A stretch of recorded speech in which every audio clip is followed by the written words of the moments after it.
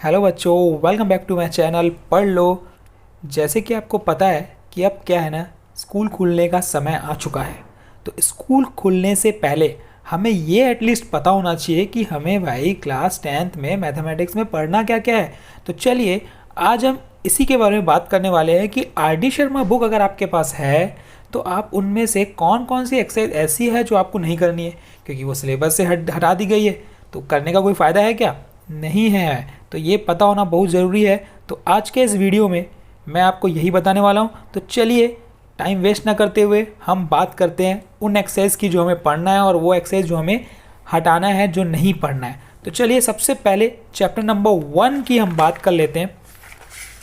ये हमारा chapter number 1 है और चैप्टर नंबर 1 की जो एक्सरसाइज 1.1 है ये आपको नहीं करना है। ये सिलेबस से डिलीटेड है बॉस, ये आपको नहीं पढ़ना है क्योंकि ये बेस्ड किस पे है? ये बेस्ड है यूक्लिड डिवीज़न पे, जो कि इस साल सिलेबस से ये हटा दिया गया है। तो चलिए आगे बढ़ते हैं हम लोग। एक्सरसाइज 1.2 की अगर बात करेंगे तो एक्सरसाइज 1.2 भी इसी के ऊपर बेस्ड है, जो कि आपको नहीं पढ़ना है। तो ये एक्सरसाइज 1.2 भी आपको नहीं करना है। इसको दिमाग में बैठा लो, करोगे कोई मतलब नहीं है, इससे कोई क्वेश्चन नहीं आने वाला, ये आउट ऑफ सिलेबस है। एक्सरसाइज 1.3 की अगर बात करेंगे तो ये सिलेबस में है, ये आपको पढ़ना है। एक्सरसाइज 1.3 आपको करना है। इसकी बात हम एक्सरसाइज 1.4 की बात करेंगे तो ये भी आपको करना है। ये इस चैप्टर में, चैप्टर नंबर 1 में जो मैं बता रहा हूँ आपको कौन कौन सी एक्सरसाइज करनी है। इसके बाद की एक्सरसाइज की बात करेंगे एक्सरसाइज 1.5 की, तो ये 1.5 एक्सरसाइज भी आपको करनी है। ये 1.5 एक्सरसाइज बहुत ही मोस्ट इंपॉर्टेंट एक्सरसाइज है। इससे आपके डायरेक्ट क्वेश्चन पूछेगा बॉस, ठीक है, डायरेक्ट पूछ देगा कि show that root 5 is a rational, ये प्रूव करो, ठीक है। तो आगे मैं आपको ये भी बताऊंगा कि कौन कौन से इस हर चैप्टर के इंपॉर्टेंट क्वेश्चंस जो आ सकते हैं एग्जाम्स में पूछे जा सकते हैं, तो वो भी करेंगे। साथ ही मैं आपको एनसीईआरटी और आर डी शर्मा दोनों के सॉल्यूशंस देने वाला हूँ। एनसीईआरटी के एक एक क्वेश्चंस को हम करने वाले हैं, उसका सॉल्यूशंस मैं आपको प्रोवाइड करने वाला हूँ और मैंने स्टार्ट भी कर दिया है। अगर आप इस चैनल पे नए हैं, इस चैनल को पहली बार देख रहे हैं तो जल्दी सब्सक्राइब भी कर लो, क्योंकि आपको बहुत सारी चीज़ें यहाँ पे मिलने वाली है। मैथमेटिक्स से रिलेटेड आपको बहुत सारी चीज़ें मिलने वाली है, ठीक है। आपके डाउट सब सॉल्व होने वाले हैं, ठीक है। तो ये था चैप्टर नंबर 1। एक्सरसाइज 1.6 भी है, हमें करना है, ठीक है। तो ये था चैप्टर नंबर 1, ठीक है, समझ में आ गया। चलिए अब हम बढ़ते हैं चैप्टर नंबर 2 की तरफ। चैप्टर नंबर 2 जो है वो हमारा पॉलिनोमियल है और इस पॉलिनोमियल में आपको क्या क्या करना है। एक्सरसाइज 1.1 जो कि 2.1 जो कि ग्राफ से रिलेटेड है, ये वाली एक्सरसाइज 2.1 ये आपको पढ़नी है। 2.1 एक्सरसाइज आपको पढ़नी है। आपको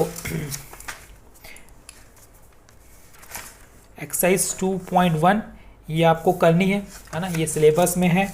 एक्सरसाइज 2.2 की अगर बात करें तो ये एक्सरसाइज 2.2 जो है ये क्यूबिक रिलेशन, क्यूबिक पॉलिनोमियल पे बेस्ड है, तो ये आपको नहीं करनी है। एक्सरसाइज 2.2 भाई छोड़ देना, ये आपको नहीं पढ़नी है, ठीक है। एक्सरसाइज 2.3 जो कि डिवीज़न एल्गोरिथम पे बेस्ड है और डिवीज़न एल्गोरिथम इस साल हटा दिया गया है, तो ये भी आपको एक्सरसाइज नहीं करनी है, ठीक है। अब दिमाग में बैठा लो, ये एक्सरसाइज 2.3 है, ये एक्सरसाइज भी आपको नहीं करनी है, ठीक है।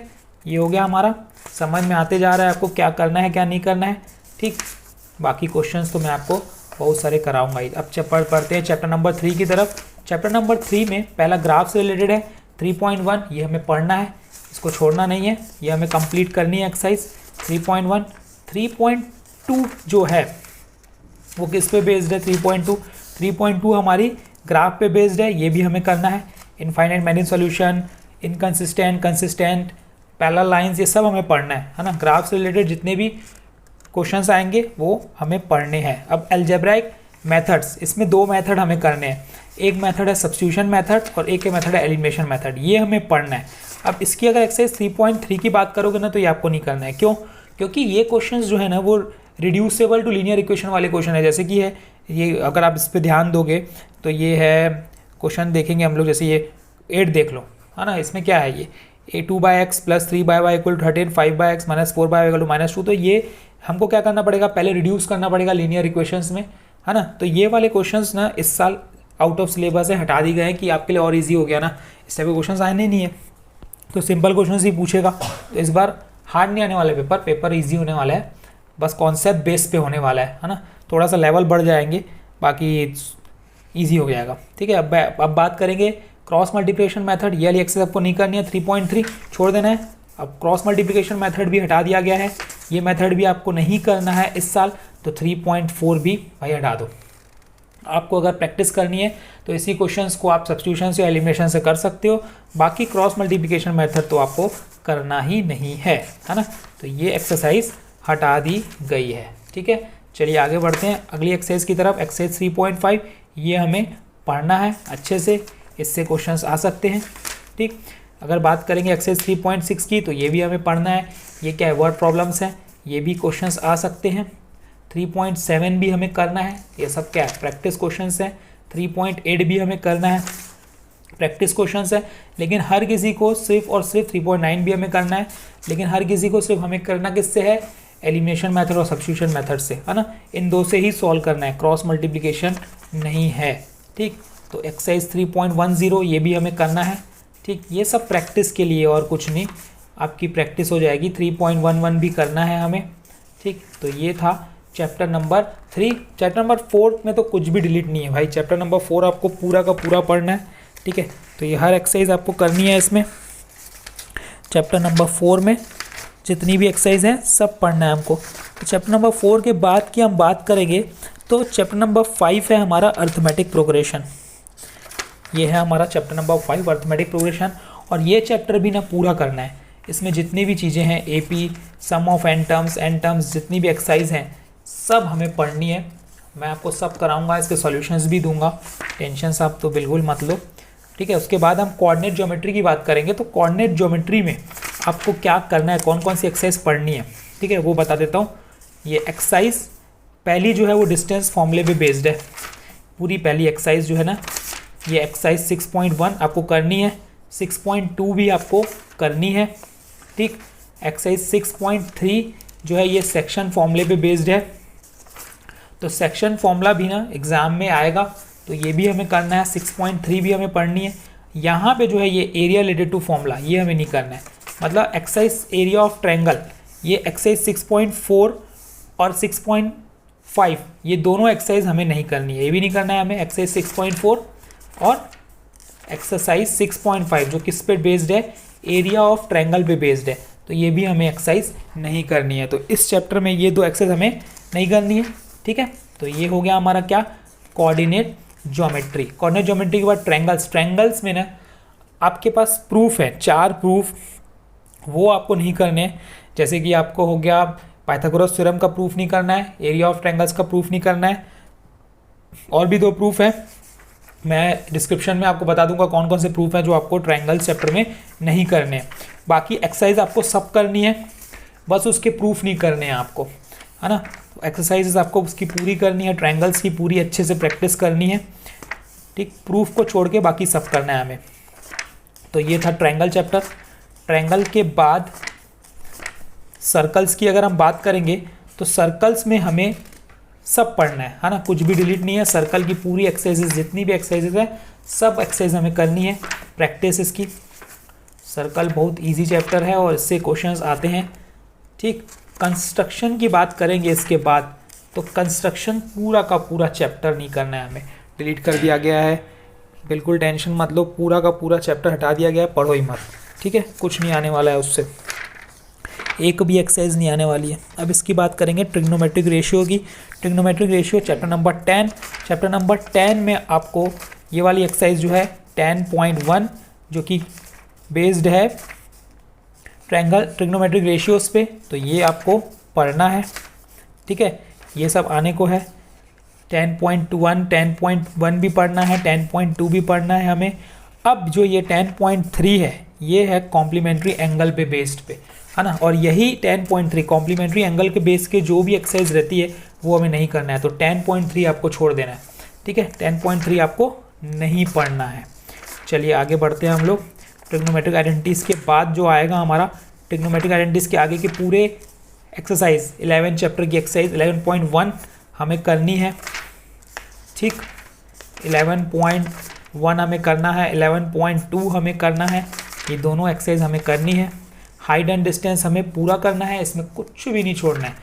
जितनी भी एक्सरसाइजें करनी है, पर एक बात दिमाग में बैठा लो, इसमें हाइट एंड डिस्टेंस में जो भी क्वेश्चंस में एंगल्स इसमें बोल दिया है सिलेबस में 0 डिग्री, 30 डिग्री, 45 डिग्री और 60 डिग्री, इसके अलावा एंगल वाले अगर आपको क्वेश्चंस दिखते हैं ना तो वो आउट ऑफ सिलेबस है, क्योंकि इसके अलावा एंगल वाले क्वेश्चंस करो ही मत। अगर आपको इस बुक में भी अगर दिखेंगे जो इसके अलावा एंगल होंगे, है ना, जैसे 22.5 या 42.5 जो भी एंगल होंगे, तो ये एंगल्स आपको करने ही नहीं है, छोड़ देने हैं ना, बिल्कुल मत करना, क्योंकि एग्जाम में पूछेगा ही नहीं। सिर्फ 0, 30, 45 और 60 डिग्री के ही पूछेगा, ये दे दिया गया है। ठीक, तो ये बाकी सब एक्सरसाइज जो है इसमें हमें परफॉर्म करनी है। अब उसके बाद हम बात करेंगे एरिया रिलेटेड सर्कल में। एरिया रिलेटेड सर्कल भी हमें पूरा का पूरा एक्सरसाइज करनी है, इसमें भी कुछ नहीं छोड़ना है।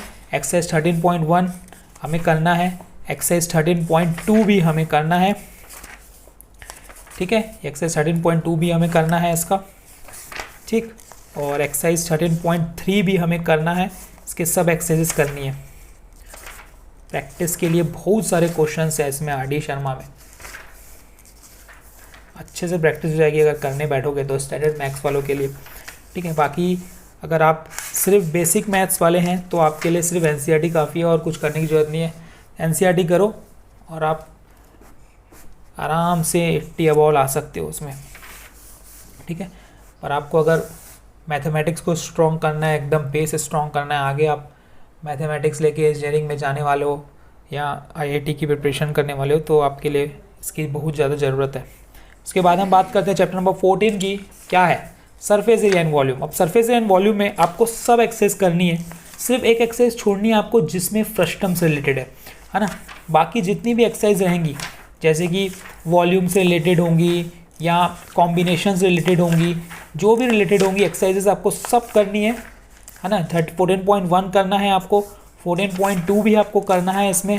अब इसके बाद जो एक्सरसाइज है 14.3, ये मेरे ख्याल से फ्रस्टम से रिलेटेड है, और 14.3 फ्रस्टम से रिलेटेड जो भी एक्सरसाइज रहेगी आपको वो नहीं करनी है ना। ये एक्सरसाइज है 14.3, ये आपको नहीं करना है क्योंकि पूरा का पूरा किस पे, फ्रस्टम पे बेस्ड है, और इस साल फ्रस्टम हटा दिया गया है, ईजी हो गया है। और ना 14.3 के बाद स्टैटिस्टिक्स में आपको सब करना है। सिर्फ और सिर्फ एक मेथड है जिसको हम बोलेंगे step deviation method for finding math. जैसे कि ये शॉर्टकट मेथड है, आपको दिख रहा है, ये आपको करना है, ये step deviation method. Step deviation method से रिलेटेड जितने भी क्वेश्चंस होंगे ये आपको नहीं करना है, बिल्कुल छोड़ दो, है ना, क्योंकि नहीं आने वाला है। सिर्फ प्रैक्टिस किसकी करनी है, डायरेक्ट की और शॉर्टकट मेथड की, बाकी तो इसमें सब करना है। और एक चीज़ और है इसी एक चैप्टर में, ऑगिव ग्राफ्स, जो लास्ट एक्सरसाइज मेरे ख्याल से होनी चाहिए, है ना, एनसीईआरटी में रहती है।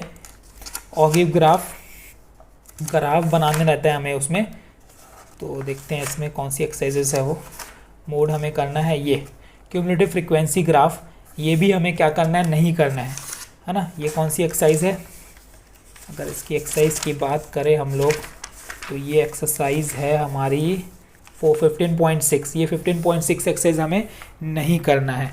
ठीक है, ये आप दिमाग में रख लो, ये पता होना चाहिए आपको। अभी स्कूल्स ओपन होने वाले हैं और उसके पहले एटलीस्ट हमें सिलेबस तो पता होना चाहिए कि हमें करना क्या है, क्या नहीं करना है, नहीं तो वही करते रहेंगे जो आने को नहीं है, तो क्या मतलब। उसके बाद हम बात करते हैं लास्ट चैप्टर प्रोबेबिलिटी की, और प्रोबेबिलिटी में कुछ भी डिलीट नहीं है, प्रोबेबिलिटी आपको पूरी की पूरी करनी है। जितनी भी एक्सरसाइजेस हैं इसमें आपको सब करने हैं प्रैक्टिस, ये पूरे की पूरी एक्सरसाइज हमें अच्छे से करनी है। ठीक, तो ये एक्सरसाइज 16.1 हमें करना है। तो ये था सिलेबस।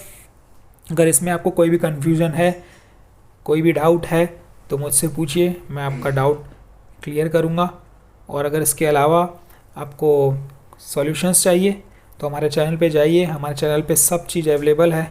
हमने स्टार्ट कर दिया चैप्टर नंबर 1, 2, 3 पे हम अभी पहुँचे हैं। आगे हम और क्वेश्चंस लाने वाले हैं, कंटिन्यूसली छोड़ने नहीं वाले हैं एंड तक।